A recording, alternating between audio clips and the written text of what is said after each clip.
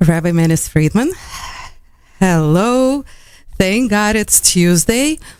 Very excited about this program because when I went on your seminar at Beis Hana, it was very, very, what I saw most of all, that people can't identify the word fear. It seems to mean very different thing to practically everyone. So, of course, my first question would be, is fear objective or subjective? Is it a feeling, or is it something more than a feeling? And it seems that we live in the times of fear, or at least that is what the society is trying to the feeling that is trying to have us feel. There's fear of dying, fear of getting sick, fear of losing a job, fear of failing, fear of losing freedoms, fear. There's so many fears. It seems like the world became one big fear factor. And I don't know, valid, not valid, what's real, what's not real, what's objective, what's subjective, is it positive, is it negative? Rabbi Friedman, help us understand, please. That was a good retreat, wasn't it? Oh, it was amazing. I got a lot out of it, really. It was really, really inspirational. Got us to think a lot about very many things, interact with each other, and really, I walked away a lot smarter and a lot happier, spiritually happier. And the food was good too. Don't get me started. Yes. That was the big surprise. That I did not expect. I expected a lot of great conversations, a lot of great teachings, a lot of great interaction. Did not expect great food. That was a bonus. It was good. Yeah. Okay, so you're asking about fear, but exactly the same questions can be asked about love. That was going to be my next show with you, but Is it good? Is it bad? Yeah. Is it necessary? Is it subjective? Same questions. In fact, love and fear are inseparable. If it's not a combination, then it's not real. There is no love without a little bit of fear. And there is no fear if you don't love. Like if you have nothing to lose, then you're afraid of nothing. Having something to lose means you love something. So you really can't separate the two completely, although they are opposite emotions, like the right and the left hand. They're opposites, and yet they're somehow inseparable. So we actually spoke about this at the retreat.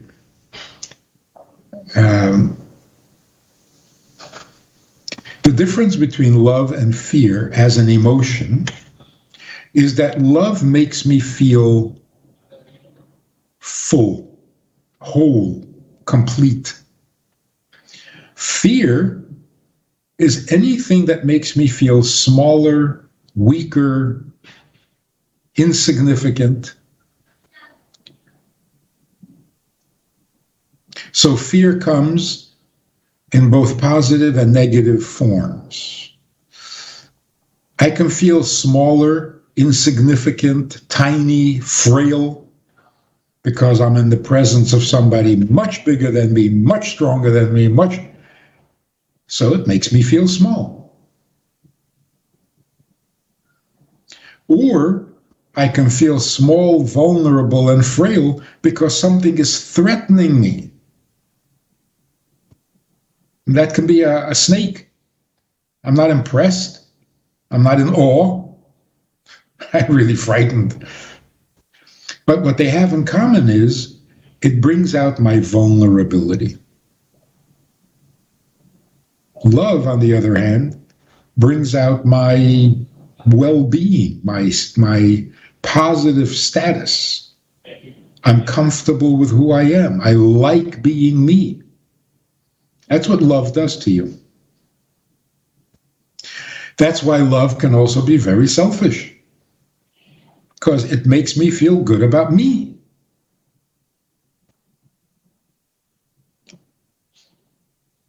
I love how you love me. It's all about me. So here's the beautiful thing that we need to understand and talk about a little more. If you remember, we spoke about this at the event. A baby needs to be diapered. Whether it's your baby, somebody else's baby, there's a baby, uncomfortable, crying, needs to be diapered. Why would you diaper the baby? Because the baby has to be diapered. It's not an objective kind of decision. It seems objectively true, but you're not going to do it for the objective reason. It's got to touch you. You have to feel something that will motivate you to action. Otherwise, we'll just sit around and talk about how somebody should diaper that baby. Somebody. Why would it have to be me? The reason the average person would diaper the baby is not from love. So don't you love the baby? Aren't you going to diaper? It has nothing to do with love. It has to do with a certain kind of humility. Like, how can you not? How can you just walk away? So love the baby, don't love the baby, that's not the issue. The issue is, can you just walk away and leave the baby like that? Rabbi Friedman, but wouldn't this be classified more as guilt? Not diapering the baby rather than fear? Yeah, if you walk away and don't diaper the baby, you will be left with guilt. Yeah. And guilt is very closely related to fear, not to love. Because guilt makes you feel less. It makes you feel diminished, which is what fear is. So here's the difference. Love strokes the ego. Fear humbles the ego.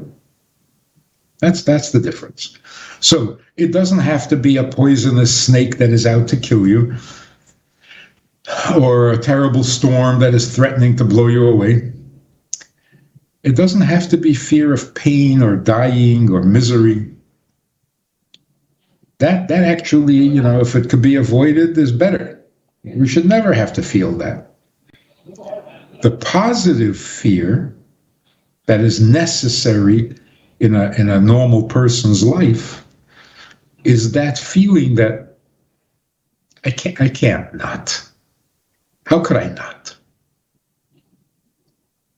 What does that come from? It comes from recognizing another person's validity, not lovability. Even the most annoying child who's not lovable at all, but if he needs to be diapered, you diaper him. Why? Because the child may not be lovable, but the child is significant. There's an importance, there's a validity there that you can't ignore. To some degree, and for many people, that's true of an animal. Can you see an animal in pain and just walk away? So the difference between love and fear, love means I love this baby, I would love to diaper the baby. Fear means I don't love the baby, but you can't just leave him like that. How could you walk away? How could you not diaper the baby? Rabbi Friedman, but then again, that seems not what people identify fear with. That would be like sympathy, kindness. how does that still get connected to fear? All right, so kindness would be some expression of love. Kindness and love are on the same column, on the right side. This is not kindness, because you can even resent the fact that you need to diaper the baby and you'll do it anyway. Because you have to do it. That's humbling. That means it's not about you. In the mood, not in the mood, you're kind, you're generous, you love, you don't love, irrelevant. The baby needs to be diapered. That's humble. Responding to a condition that has nothing to do with you takes humility. It humbles you. In a sense, the child's need is more important than your opinion, your feelings, your mood. That's humility.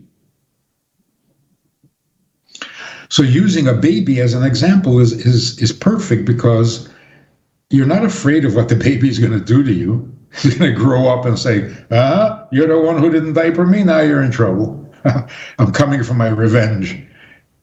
You're not afraid of consequence.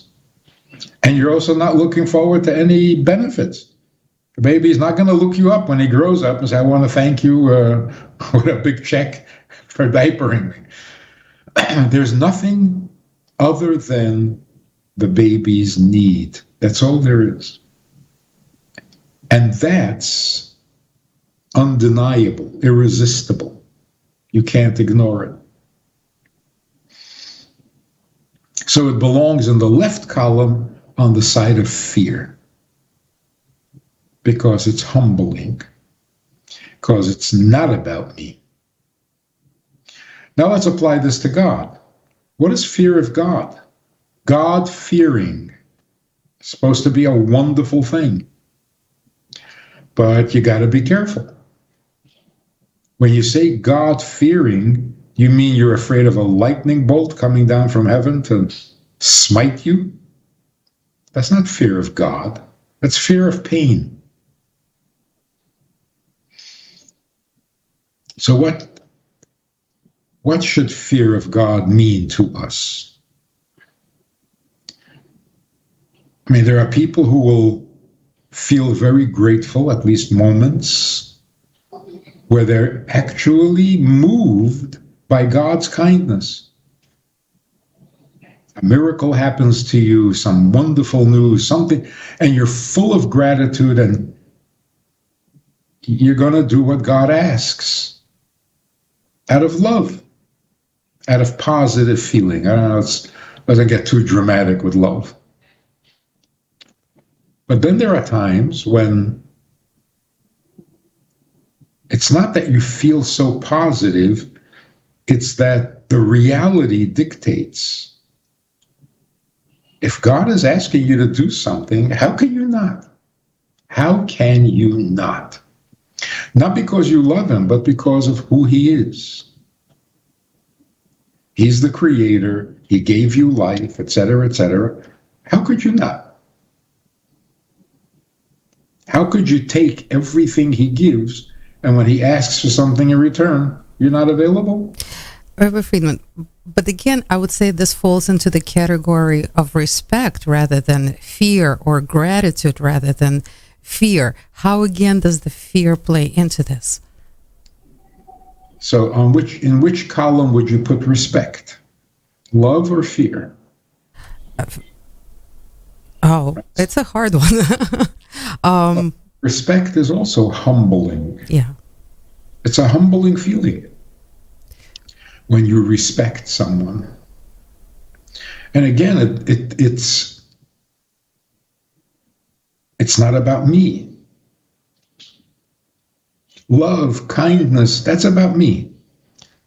But respect means, never mind me.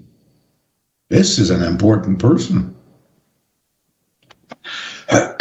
So recognizing the significance and importance of someone, is not necessarily a loving response. It's more of a humbling response. So how can I not? Now, here's an interesting consequence. If I diaper the baby because I love the baby, I will diaper the baby as long as it doesn't cost me anything, because I'm doing it out of love. Love is not supposed to cost me. Love makes me feel good. So if it's going to hurt me to diaper the baby, I'm not going to do it, because I'm motivated by love. So as long as it's beautiful and loving and gentle, and yeah, I'm into it. Hey, it's getting serious. But if you're diapering the baby because how could you not? Then even if there is some consequence and I'm going to lose time, I'm going to lose money, I'm going to be, whatever it is, I'm going to do it anyway, because how can I not? Which means the feeling, how can I not, is more powerful than love. Because love is restricted to my mood. How much do I love? I don't love you that much. I'm not going to go that far out of my way for you, because I don't love you that much. So what I'm going to do for you depends on my love. I love you a lot, I'll do a lot. I love you a little, I'll do a little. But if my feeling is, how can I not? You're walking down by the river and someone is drowning. Should you, will you jump in and save them? Well, if I'm in the mood, no. Well, who is it? Is it somebody I love? That's not even a question. You jump in because how could you not? Even if you can't swim, you jump in anyway. How could you not? So how could you not is more powerful than love. Why? Because love is limited to what I'm feeling. How could I not is determined by the need. How desperately does a person drowning need to be saved? That's how intensely I'm going to try to save him, whether I'm in the mood or not. So here are the differences. When I love you, my attachment, commitment, devotion is only as strong as me. Me, my love. But when I'm doing for you because how can I not? Then what determines the degree of my favor and my devotion is you. How big is your need? Not how good is my mood. And so when I'm loving, I'm being as good as I can be. When I'm doing for you because how can I not? Then I am as desperate or as strong or as devoted as you are. And that's much greater. That empowers me. So a good example is on those rare occasions where a child, for example, is stuck under a bus, under a truck, and somebody walks over and lifts up the truck. Like, where did that come from? You can't pick up a truck. What were you even thinking when you went over there to pick up the truck? You out of your mind? It's funny. If you were stuck under the truck, could you lift it up? No. But somebody else is stuck under the truck, you could lift the truck. What is that dynamic? If it's about me, then I'm only as capable as I am, and I cannot pick up trucks.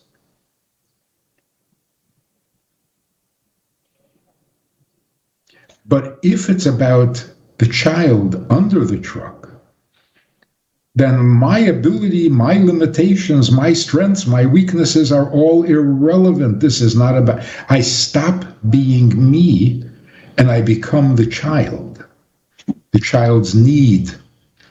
And that enables me to pick up a truck.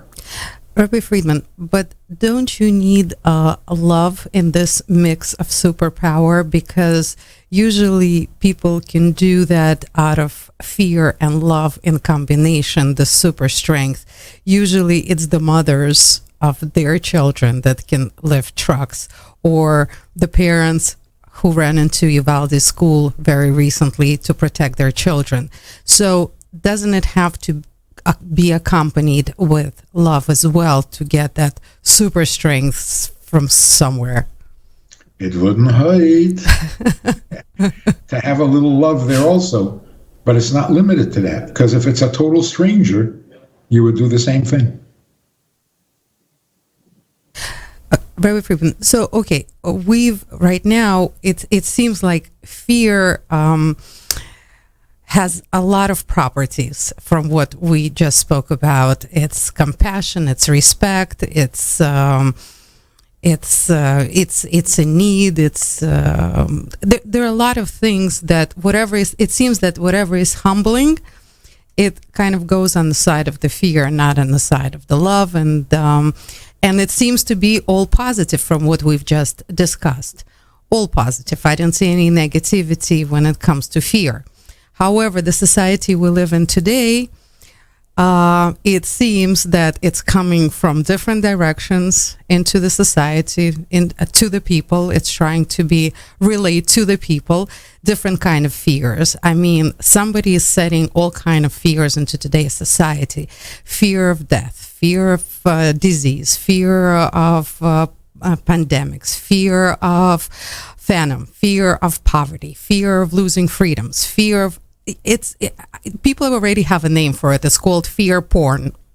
This is the times, yeah, that's what people are referring to, the kind of fear that is being spread around through the media, through different sources. Now amongst the people, it's called fear porn.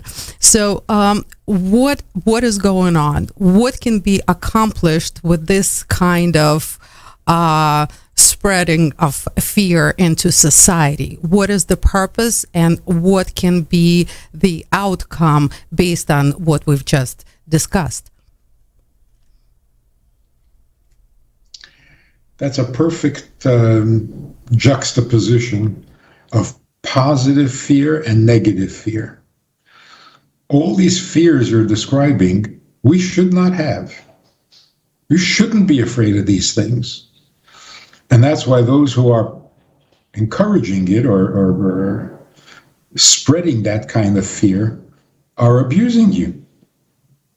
It's abuse. The same can be true with love.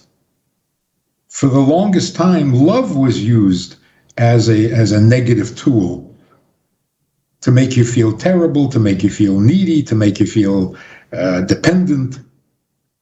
So everything can be used negatively and corruptly and so on. It's important to know that even the worst, most negative thing in the world has its appropriate application where it is a virtue. And the more clearly we can see the virtuous side of fear, the easier it is to dismiss the negative side. In traditional Jewish life, when a kid would wake up in the middle of the night and say, "I'm frightened," what would parents say? Be afraid of Hashem, and then you won't be afraid of things under your bed.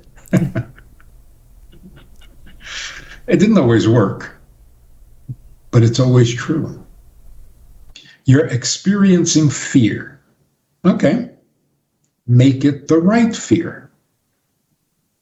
Put it in the column where it belongs. Positive fear.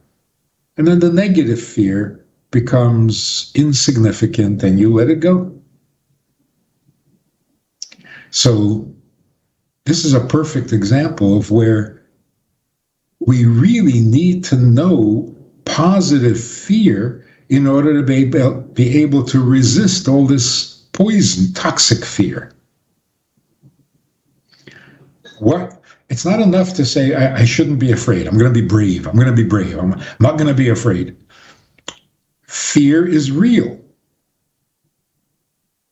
So if you're going to reject the toxic fears, it's not enough. You have to know, where does my fear belong?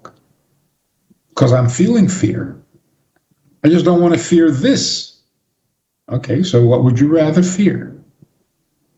That's a very important psychological consideration. You can't just say, don't. Don't be afraid. Be brave.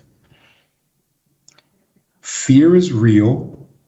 I'm experiencing fear. And to simply say, don't, either give me an alternative, which would be really ambitious.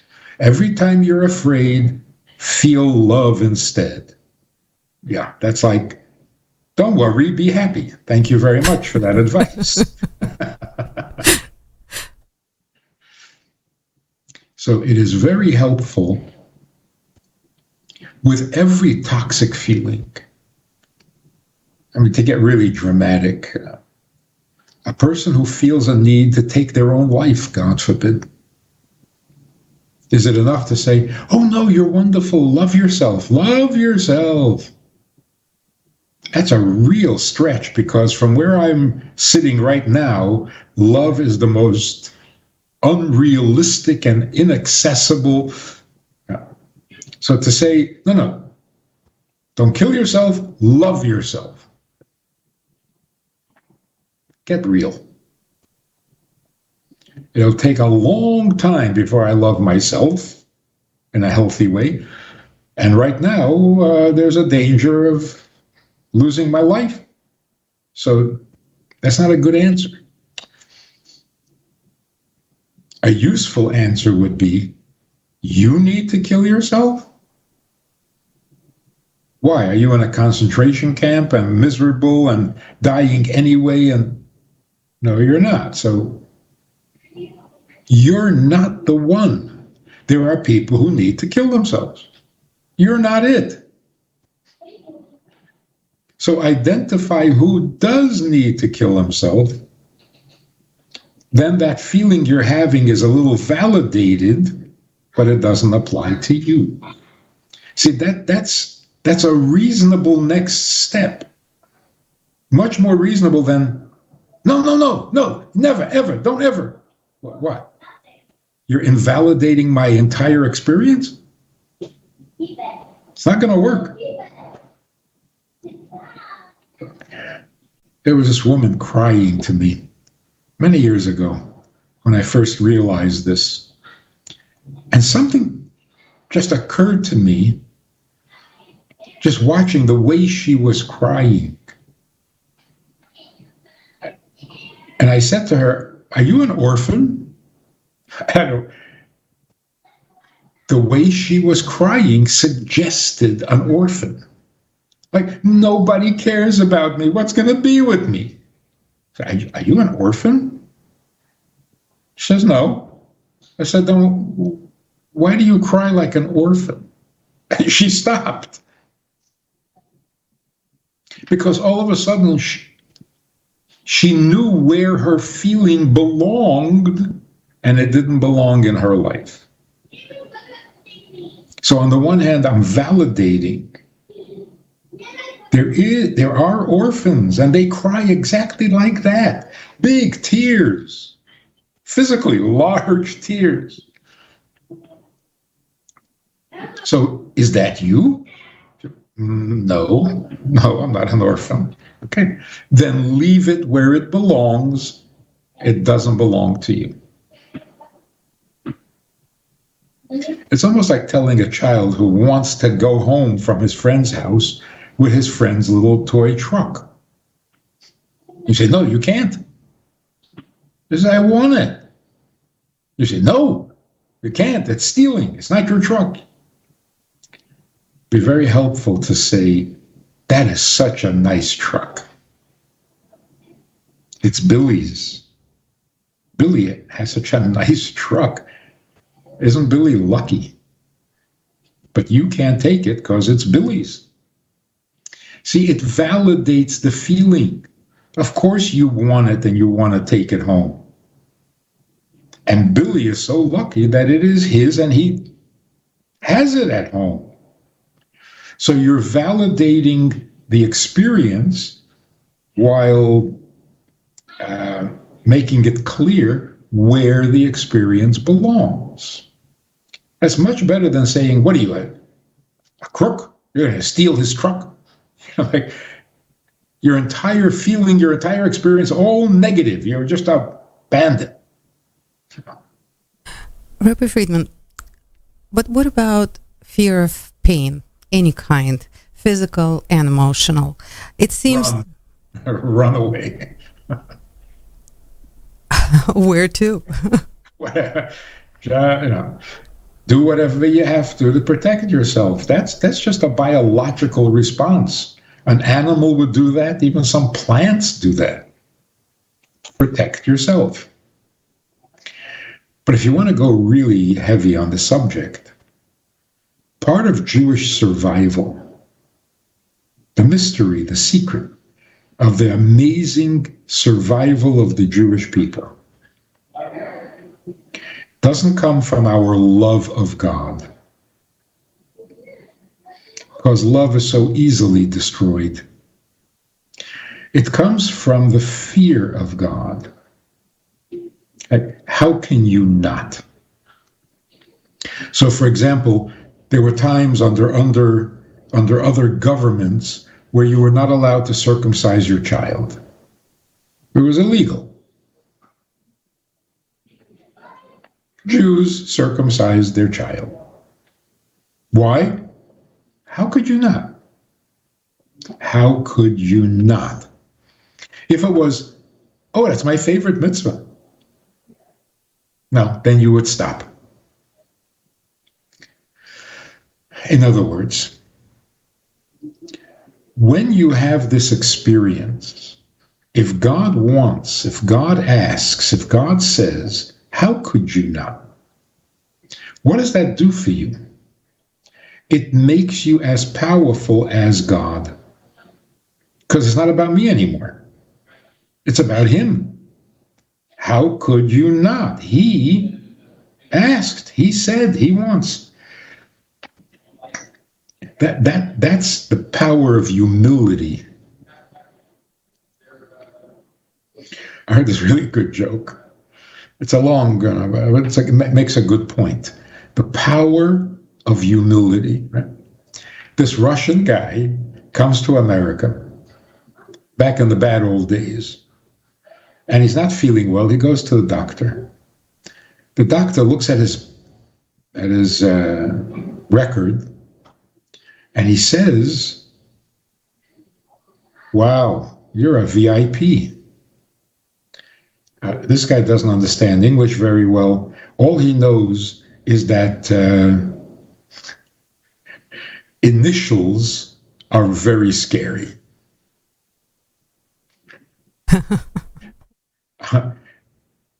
I'm a VIP? Is that like KGB? Like NKVD? What?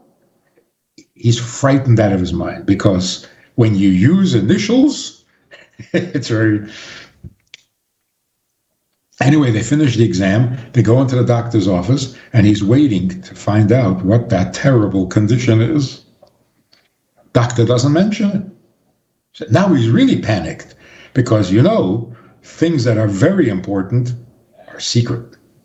So now it's initials and it's secret. That's it, he's finished. He knows that his days are over. Anyway, he comes home and he's all distressed. And his wife says, "What's the matter?" He can't tell her. It's too terrible. Too terrible.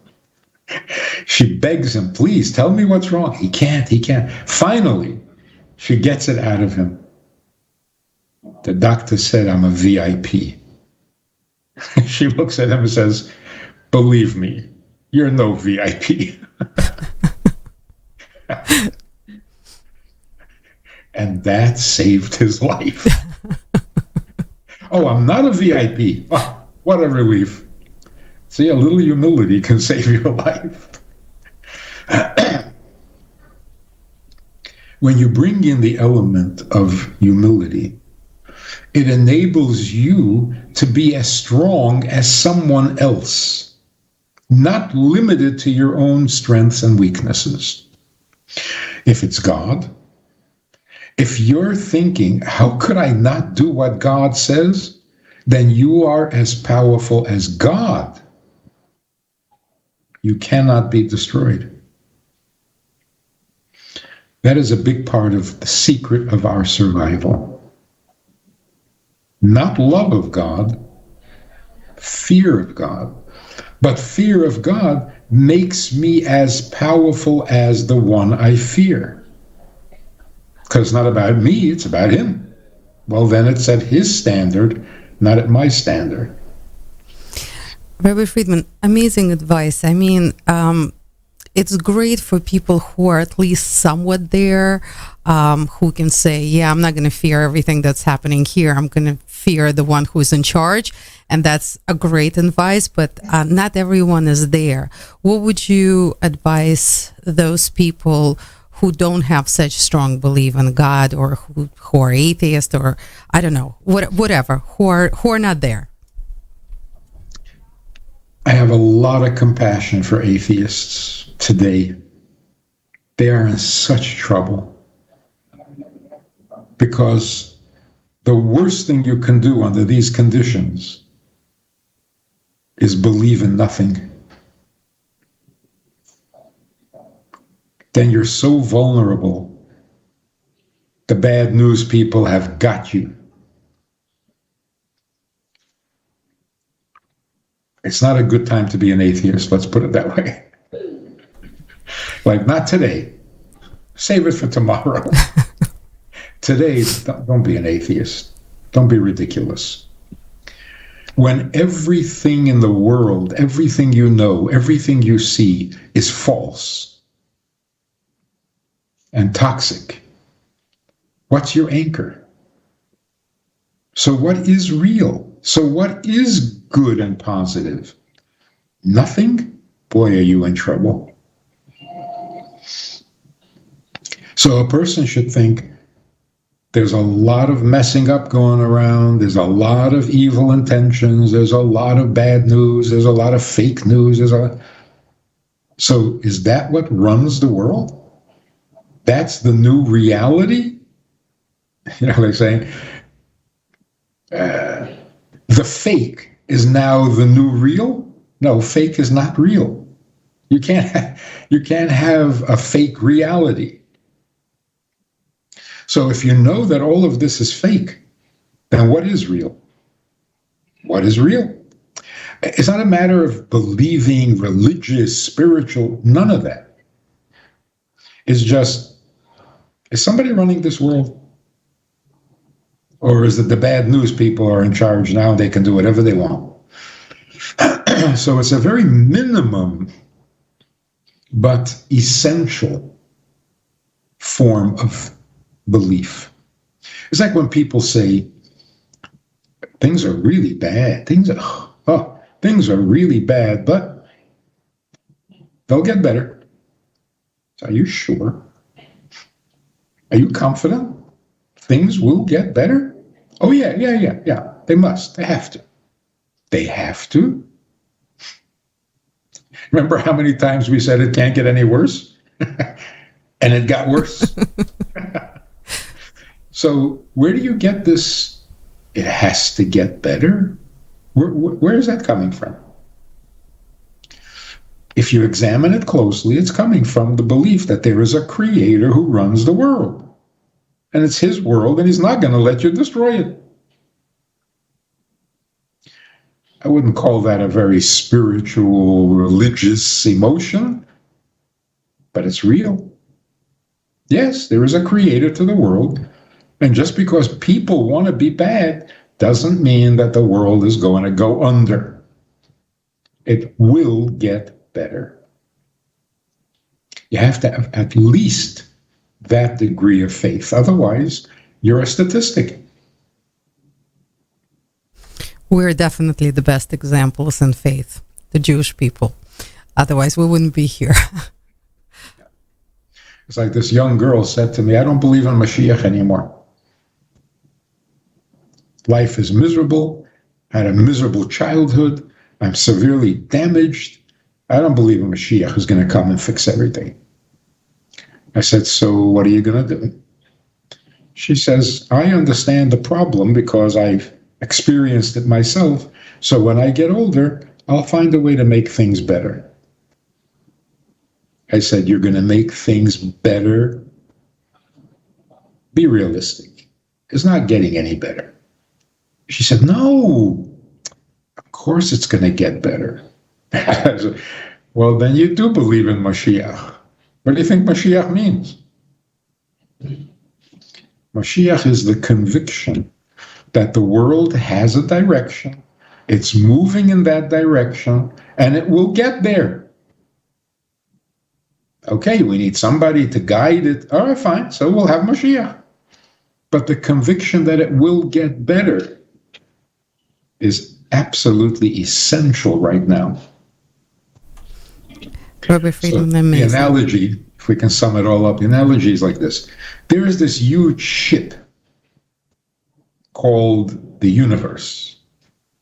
And there are many people on that ship. And the ship has always been heading towards Jerusalem, towards godliness. That's the direction. From here, it would be east, right? Now imagine there's a person on the deck of the ship, and he's walking towards the west.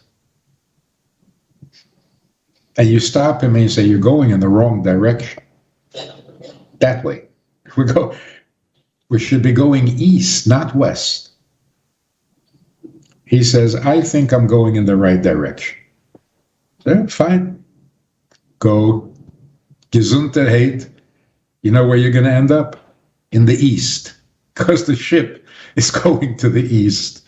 So you can walk towards the west all you want. We're going east. All roads lead back to God.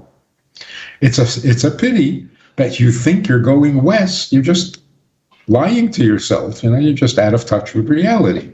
So I'll do you a favor and I will remind you that this ship is going east.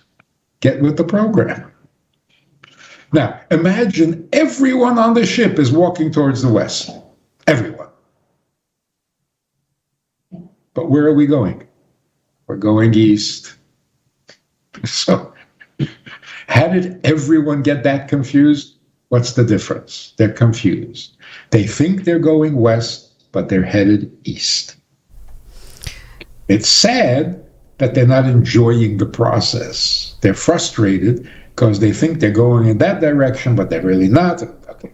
So if you're concerned, if you have a little bit of love for your fellow human being, you will try to straighten them out and say, hey, don't frustrate yourself. We're going east. It's a good direction. That's where we're supposed to be going. That's where we're going to end up. Get with the program. Well, hopefully we'll get there faster than not. As long as you're going, right? Rabbi Friedman, amazing. I knew that was going to happen, but that's okay. We also have a button to stop it. Rabbi Friedman, amazing hour, amazing insights, amazing light and positivity. Thank you so much for having the gift to pass it on, give you wisdom, your strength, and your knowledge to the rest of us. We really, really need it. It's definitely the antidote to everything that is happening right now, and hopefully people are taking advantage of it. And we at Radio RSA here definitely are, and we're super grateful for this time that you allocate to us on a weekly basis. Thank you so much.